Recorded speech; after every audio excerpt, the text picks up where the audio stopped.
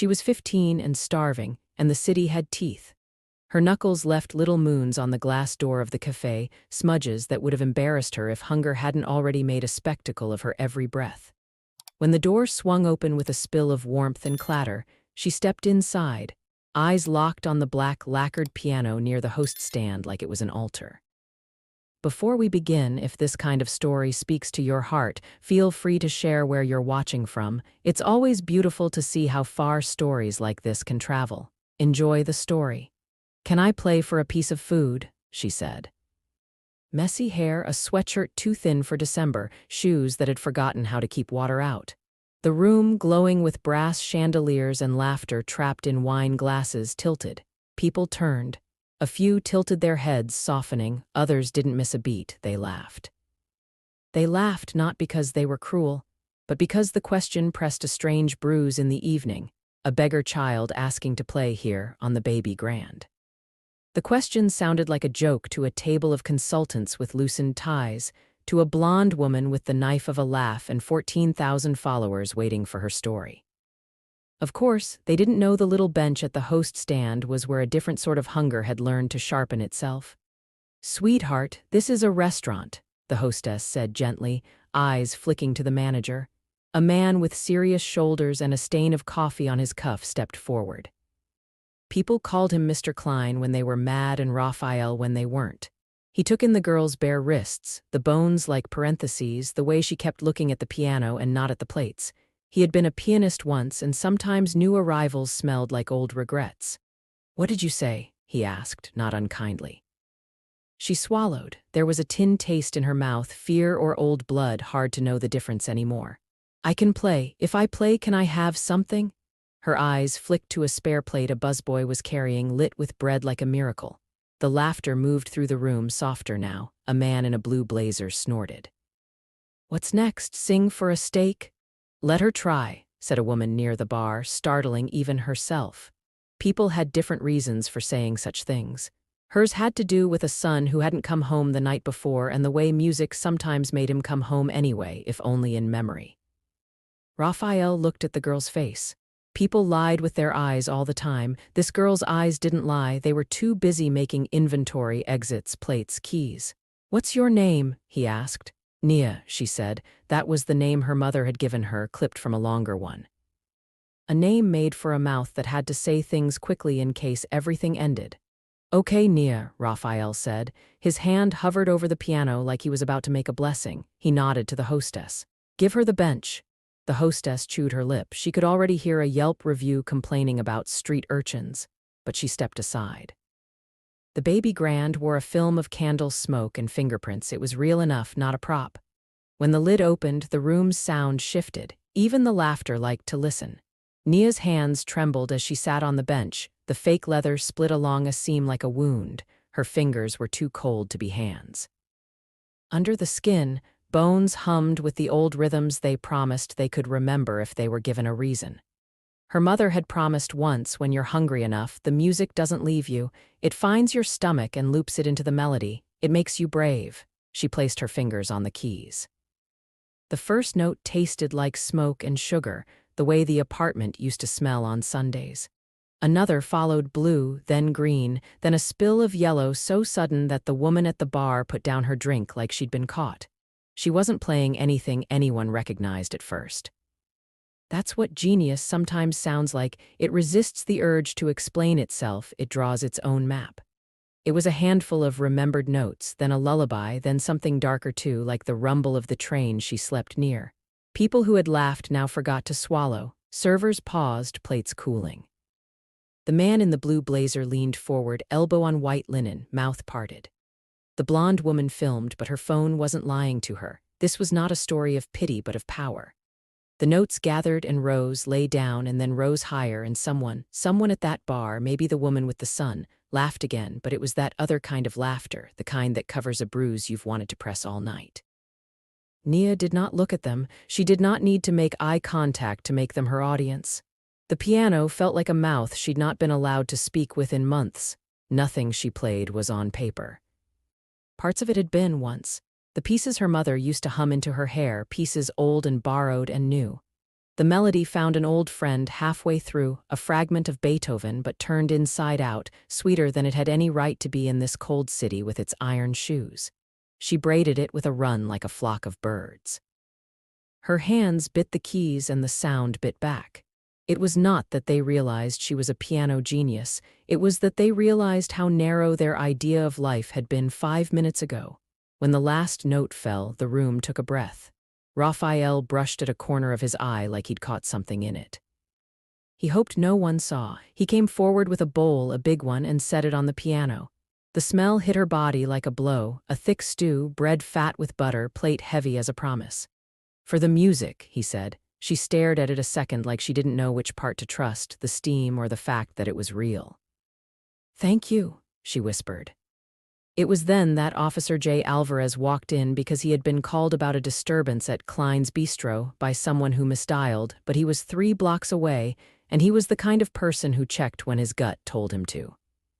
He stood just inside the door while Nia ate, spoon trembling into the stew like a shovel digging up something long buried. He watched her. He watched everyone else watch her. There had been so many nights lately when watching was all he had. He was 37, but his joints had started talking to him like old friends who wanted nothing but to complain. He had lost a sister last year. He had a nephew he couldn't keep and a badge that had taught him that stories like this unfurl into paperwork. But his adolescence had taught him that stories like this can also save a person. "You need a guardian, kid," he said quietly when she was scraping the bowl.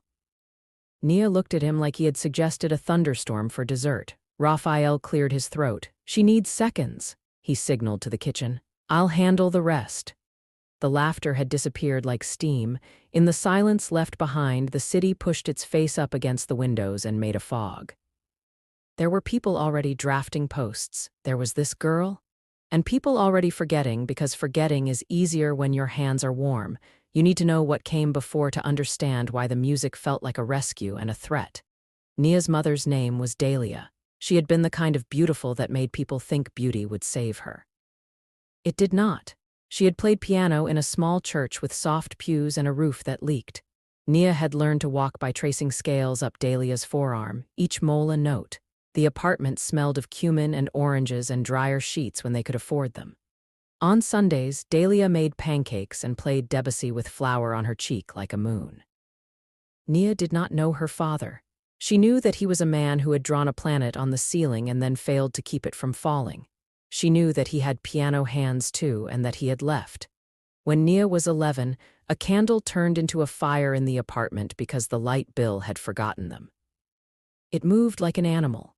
Dahlia wrapped Nia in a damp blanket and pushed her down the stairwell, soot turning her eyelashes into fragile, terrible things. At the bottom of the stairs, Dahlia didn't come. The fire ate the door.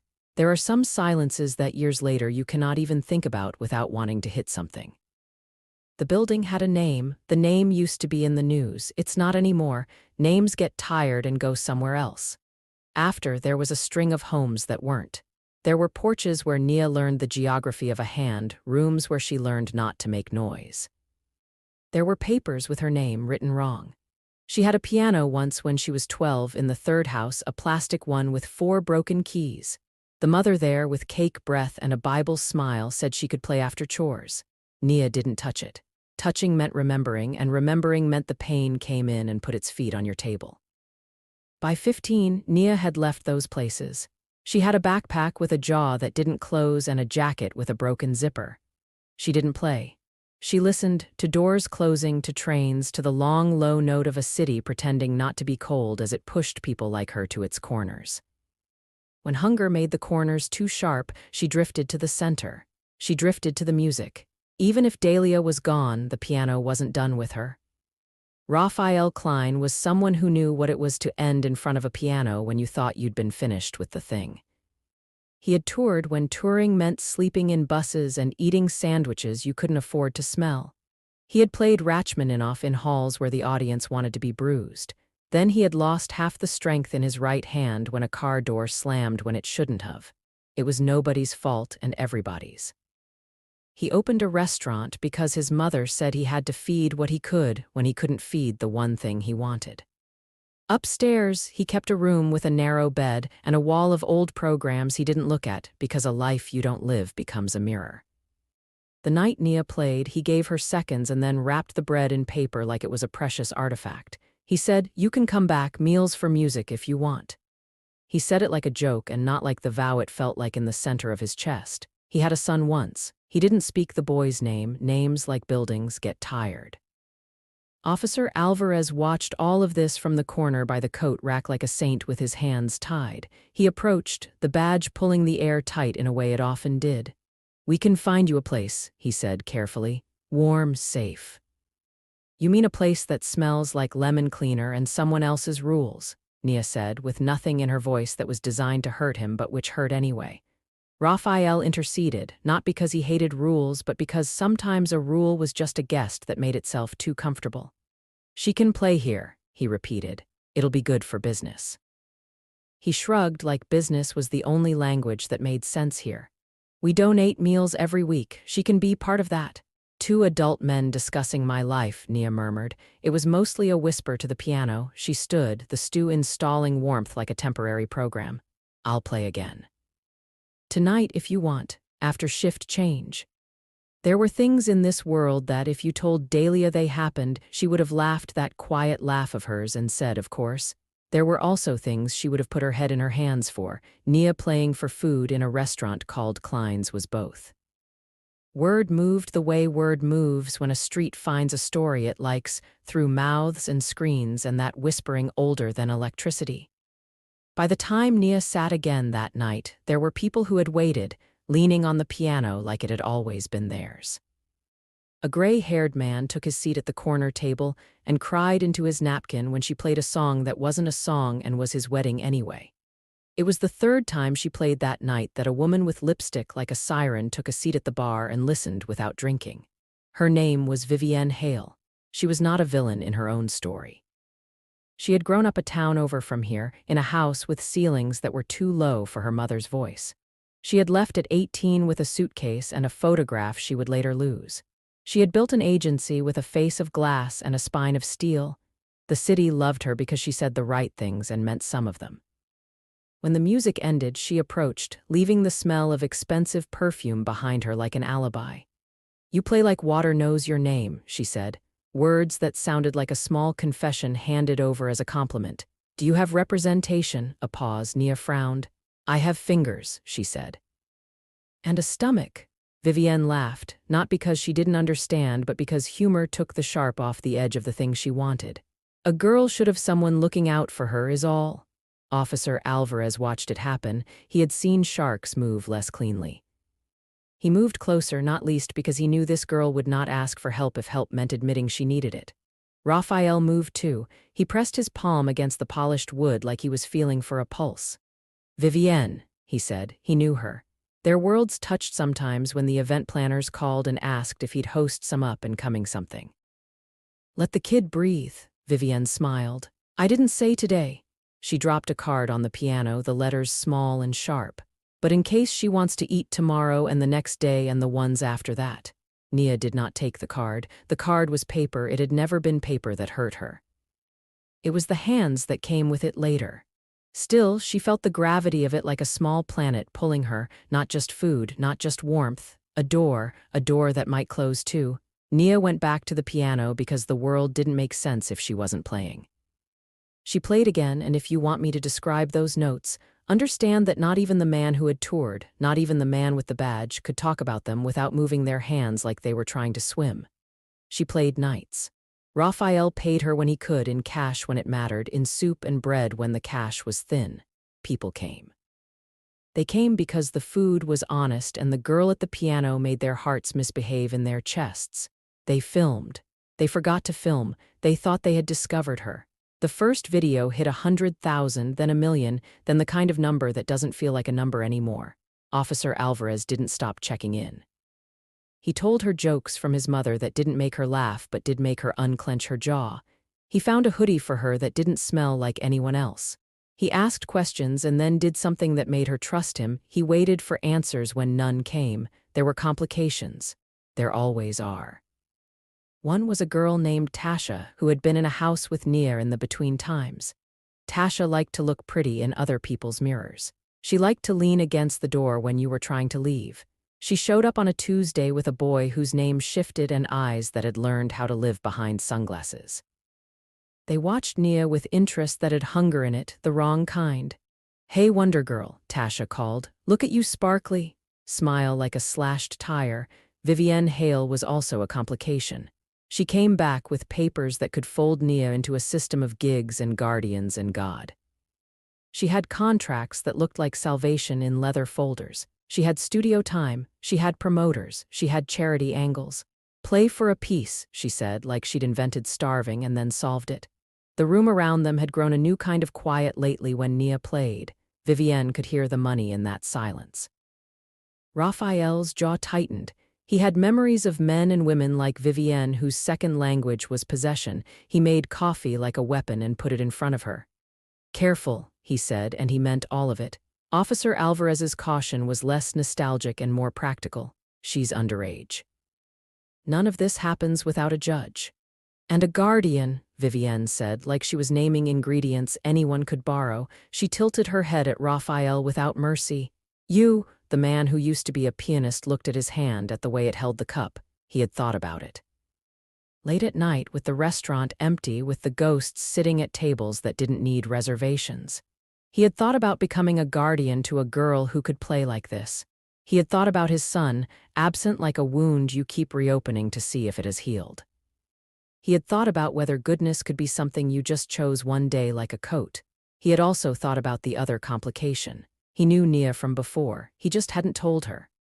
The first time she had touched the piano at Klein's, there had been a sound she made, an offhand run near a corner of a melody, and he had nearly dropped the wine key. It was a sound Dahlia had made once when she warmed up on days when the church roof allowed them to play without a bucket catching rain.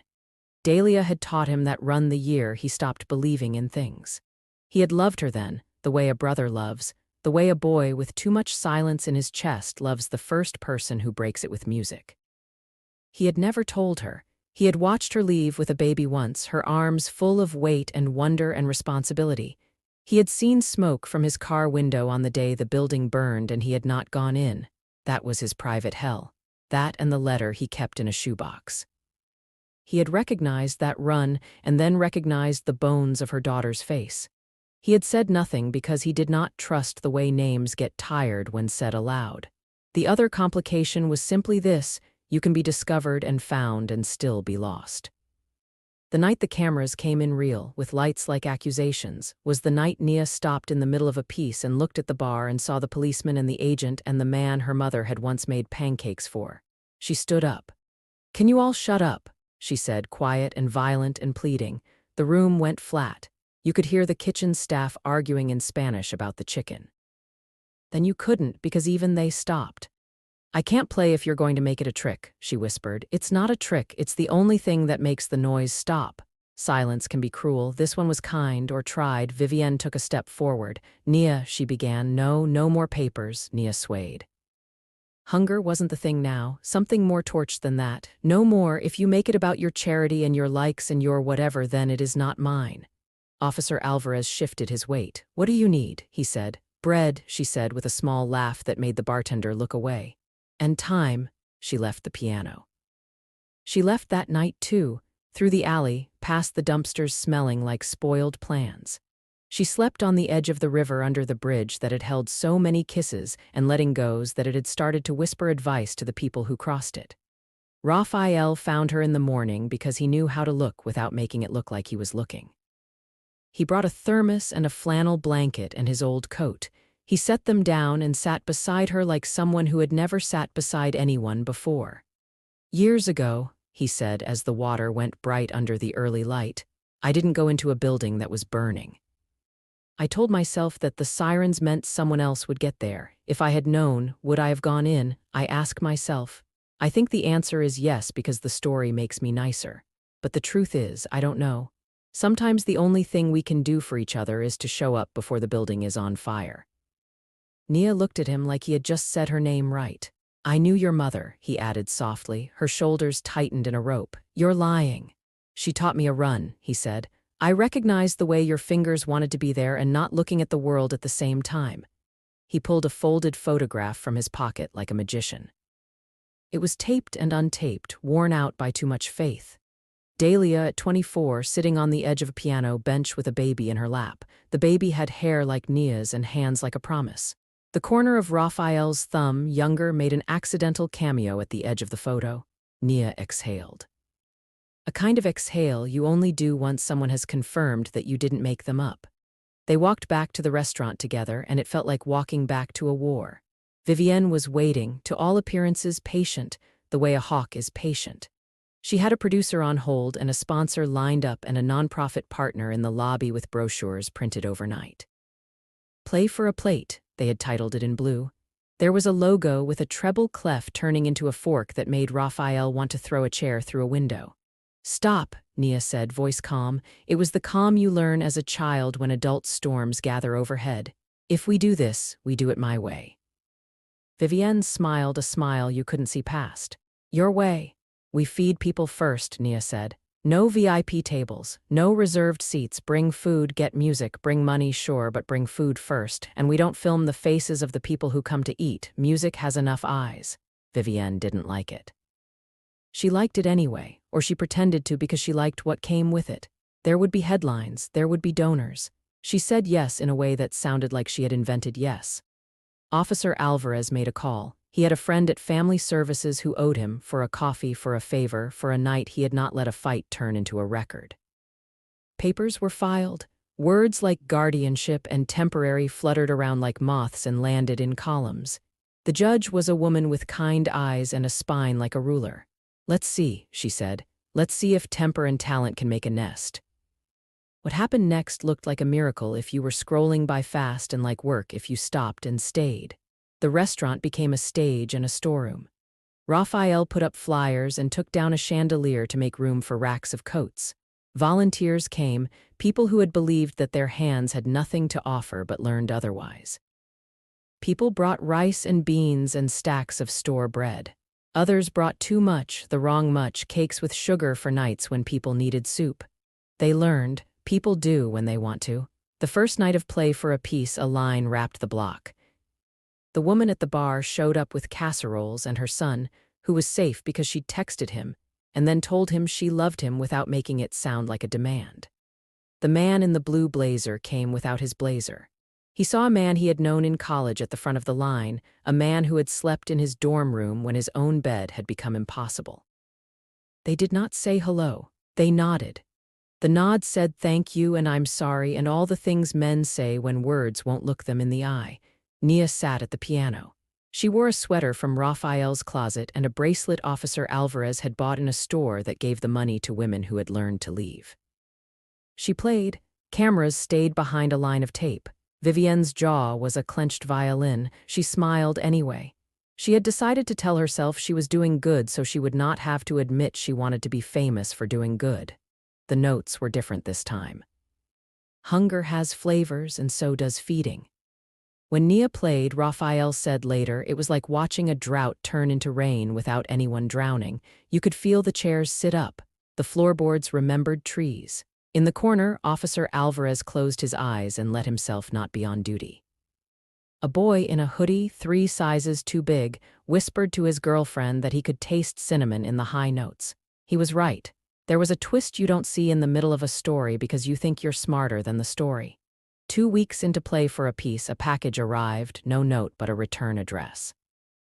Inside was a charred piece of sheet music, edges curled like petals in a fire. The center survived. There was a melody written in Dahlia's hand, the looping signatures of someone who refused to write straight lines. The title was a name Nia had never seen for herself. Antonia. Nia rolled the name around in her mouth like a small fruit. Her mother had always called her Nia. Did she mean to give her back the rest of the name when she was older? Was it sharp like a seed or juicy like a ripe thing you couldn't finish before it dripped? Someone else had written a note in the margin, a different hand, older, a little fractured. For D. Finish when you can breathe? There are people who are born with the obligation to complete other people's sentences. Nia looked at the charred page. She could not read all of the notes, but the ones she could read walked right into her. She sat at the piano and tried. The melody was simple. That was the trickiest part. It was simple, like a prayer you only say in one language with your eyes closed, hoping nobody hears you. Raphael had the instinct to call someone. He did, and not who you'd expect. He called his old teacher, a shrunken man who carried his pain like a violin case. The man brought someone else, a judge on a scholarship committee, a woman known for kindness and the kind of radical honesty that makes you lose jobs. She brought someone else, a composer who had written a piece for a girl named Dahlia once. His name was Marcus Adler, and he was the kind of man Nia would have avoided on a train. His hair gave the impression of constant wind. He stood in the doorway and cried when he stepped inside the restaurant, which embarrassed everyone and no one. He heard the melody before he knew what it was and sank into a chair like his bones had given up the argument. Dahlia had been his student. He had loved her in the way you love something that doesn't need you. He had written for D. In a small apartment with a radiator that rattled like bones. He had posted the sheet music decades ago when he was young enough to think the world would notice. He had written in the margin finish when you can breathe because he had thought music would teach her to breathe. He had not known that air didn't care about music and that candles do not ask permission. He had carried the guilt like a sack of flour across winters. He put his hands on the piano. "It was for your mother," he said. "Finish it. She wanted you to finish it." Nia nodded slowly, like a person agreeing to something sacramental. Vivienne, to her credit, shut up. She did not pitch, she did not brand. She stood in the back and watched a thing get born that she would never own. They set a date, a performance, not a gala, not a press conference. A night they would feed anyone who came, and at the center of the night, Nia would play the finished piece that had been a fragment in smoke. Officer Alvarez worried that danger would find them anyway. He worried about Tasha and the boy with the sunglasses, about the man with blue blazer eyes who had too many regrets, about the way fame can make its own knife and pretend to be a fork. He asked for 2 extra uniforms to stand at the door who would smile and mean it. The night came. The city wore snow like dandruff. The line was blocks long. A church sent thermoses. A woman in a fur coat sent a check with a number that made Vivienne shiver. Nia sat at the piano. She did not speak. She had decided that if she was very quiet, the room would quiet down to meet her. It did. She laid her hands down and brought the first notes into the air. The room gathered around them like people around a heater in a bus stop. The melody went up and bent and returned to itself like a bird that somehow always knows which window was home. In the middle, something happened, something that turned the performance into a different kind of night. There was shouting outside. Officer Alvarez moved to the door and the door moved with him. A man had gone down in the line, older, his eyes going dark in their sockets. He had fallen hard enough to make a sound that interrupted even grief. For a second, the music faltered, because music listens to bodies whether it wants to or not. Officer Alvarez was already on the ground, his jacket beneath the man's head. He called for an ambulance that was not coming fast enough because the city was a series of emergencies. He looked in and caught Nia's eyes and shook his head. "Barely, play, don't stop, we keep feeding even when the sirens want to take over." She didn't. She stood up. "You can judge her later, or you can listen." She walked away from the piano and through the tables and the people and the cameras that tried to catch the soft in her and turn it into hard. She pushed the door open. The snow came in, and everyone who had grown up in the city looked at her like she had broken the single rule: don't let the cold in. She sank down beside Officer Alvarez and took the man's hand. "Hey," she whispered. The man, who was 90% out of this world and 10% in it, made a sound like a footstep. His chest hitched. His lips moved. Words were gears that wouldn't engage. He had a scar that had never been anyone's business. He had a name that had been said wrong most of his life. He was one person whose life in that moment mattered as much as a fundraising target. Nia put her mouth by his ear. She sang. Not lyrics, because lyrics are agreements with words, and words had failed this man. She sang the melody she was supposed to be playing into his ear with breath that smelled like cinnamon toast. Officer Alvarez, who did not cry in uniform, let the snow melt on his face and didn't pretend it was all snow. The ambulance came. The man's eyes opened halfway, not full, but enough to make the paramedic's shoulders drop. The door closed.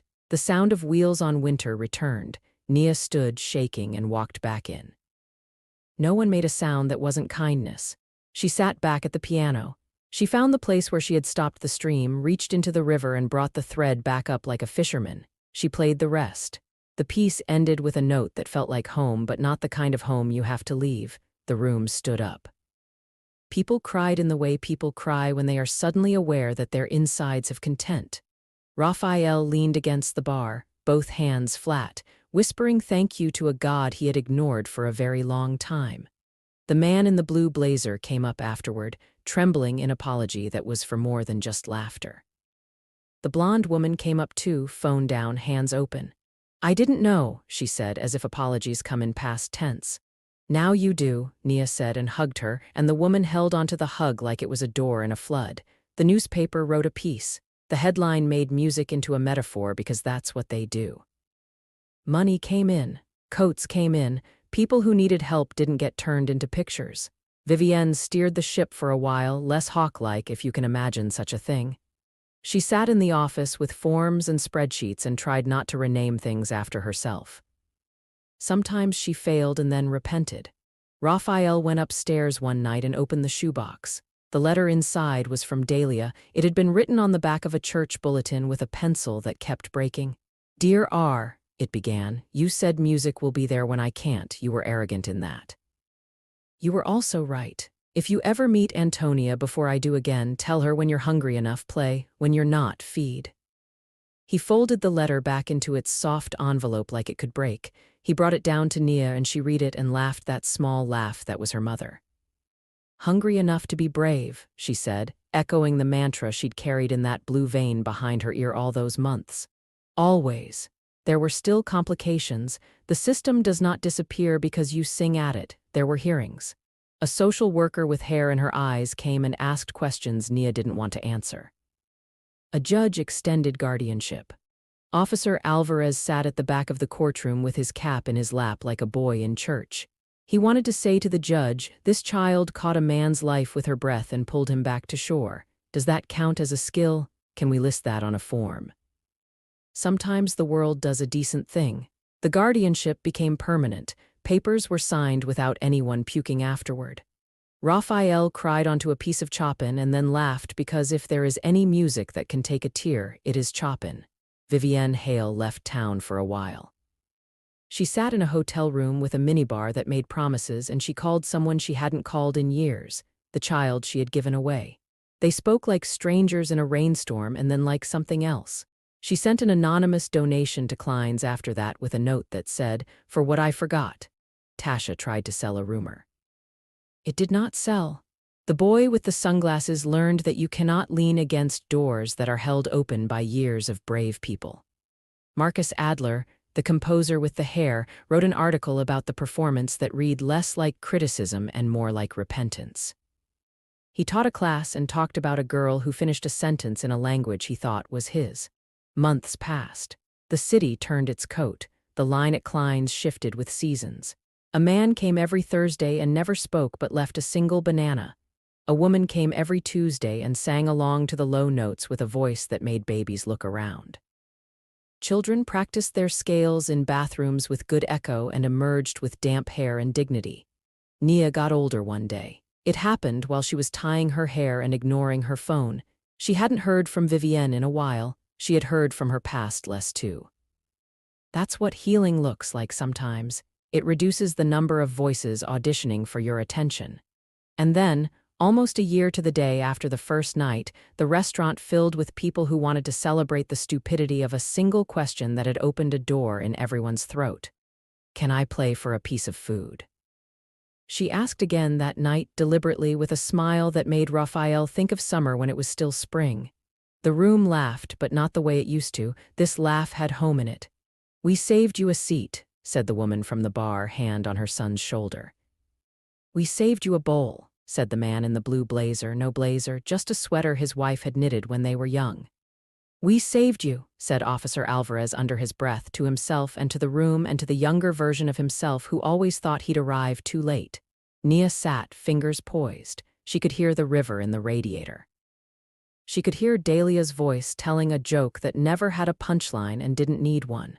She could hear children in the line outside making a game of how many steps there were to the corner. She played. She began with the charred piece again because you shouldn't put a thing down when it has taken this long to hold it. She wove in what the world had given her, the honk of a bus, the whir of a blender, Raphael's laugh when a soufflé rose out of pure stubbornness, Officer Alvarez saying nice try to a man who had put chips in his pockets and tried to count them as calories. She lived there on the keyboard, not as a guest. People in the room leaned not forward but inward, each toward their own unseen thing, making space for it to be seen. When she finished, the applause did not sound like clapping. It sounded like rain. There is a habit people have of ending stories with a life wrapped up. There is a habit people have of pretending that everything difficult is a chapter and not a theme. Don't do that here. There were nights Nia left the restaurant and met the old fear like a neighbor. There were days the system said no and offered no reason. There were people who still laughed wrong, who turned everything into a brand. There were meals they ran out of before the line did. There were children who asked for seconds and thirds because sometimes dinner is the only thing that works the same every day. But there was also this, a place where a girl who thought music had left her found that music was a better mother than absence. There was this, a man who had failed once learned to succeed in a way that didn't look like applause, and it saved him too. There was this, a policeman who thought rules were the only way to love learned that love is the only rule that works. There was even Vivienne, standing one night in the back, watching without taking, her hands empty, which is a kind of prayer. On the wall near the staircase, Raphael hung a photograph, not of Nia playing, she would have hated that, but of the first night the bowl on the piano steamed like a benediction. He hung Dahlia's letter beside it, written on the back of the church bulletin where anyone could read it and say, "Oh," because sometimes the simplest sentences are the ones that open the throat. Play when you're hungry enough to be brave, it said. Feed when you can. When people asked Nia later how it had felt that first night when they laughed and didn't know, she would shrug, not because she was proud or modest. Because the inside of it was not in language. If pushed, she would say the laughter. It sounded like applause waiting to get honest. Then she would go to the kitchen and ask what needed chopping. She would go to the piano and ask what needed saying. She would go to the door and ask Officer Alvarez if he had slept, and he never had. People told this story like the city had done something elegant. The city had done what it always does when given a chance. It forgave itself by helping a girl and called it grace. Nia took the last bite of bread that night and thought of all the pieces she would still finish. Music like a map that didn't mind if you went straight into the ocean. She felt her mother's hand in the small of her back, gentle, insistent. She heard Raphael in the kitchen burn himself and curse in a way that made the line cook laugh. She saw Officer Alvarez teaching a child how to tie a shoelace and pretending it was a badge. She caught sight of Vivienne slipping a cash envelope into the donation box and walking away so fast you'd think she was running. She touched the piano one last time before closing, fingers resting on the cool keys. Someone her mother had taught once had taught a boy who had taught someone who had taught Nia this: before you leave, you thank the instrument. You say thank you to the thing that turned hunger into song. Her fingers grazed the keys like a blessing. In the quiet, the city breathed. Outside, the river in the underbridge carried the old words downstream, the ones children say when they are still brave enough to ask for food and music without shrinking first. Inside, a sign above the host stand, handwritten and a little crooked, read, "Yes, you can play for a piece of food." It had once been a plea, now it was a promise, and for a long, beautiful while they all kept it.